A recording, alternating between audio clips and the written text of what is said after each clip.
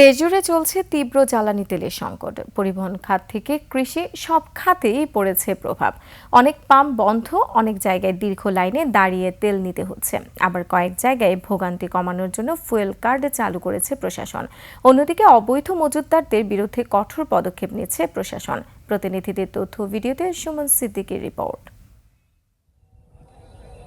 জ্বালানি সংকটে বরিশালের ভরা মৌসুমে বোরো ধানের সেচ দিতে হিমশিম খাচ্ছেন কৃষকরা। প্রয়োজনের তুলনায় অনেক কম ডিজেল পাওয়ায় সেচ পাম্পগুলোতে দেখা দিয়েছে তীব্র সংকট।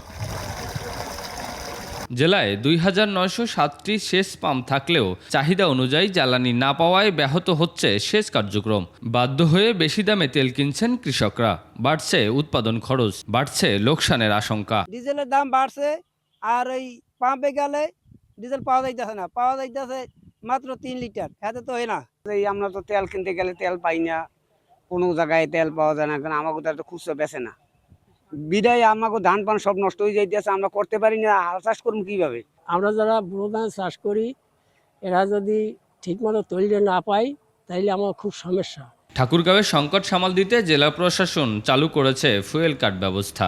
তবে কার্ড নিতে গিয়ে ঘন্টার পর ঘন্টা লাইনে দাঁড়িয়ে ভোগান্তিতে মোটরসাইকেল চালকরা। এতে শৃঙ্খলা ফেরার বদলে বাড়ছে দুর্ভোগ, এমন অভিযোগ ভুক্তভোগীদের।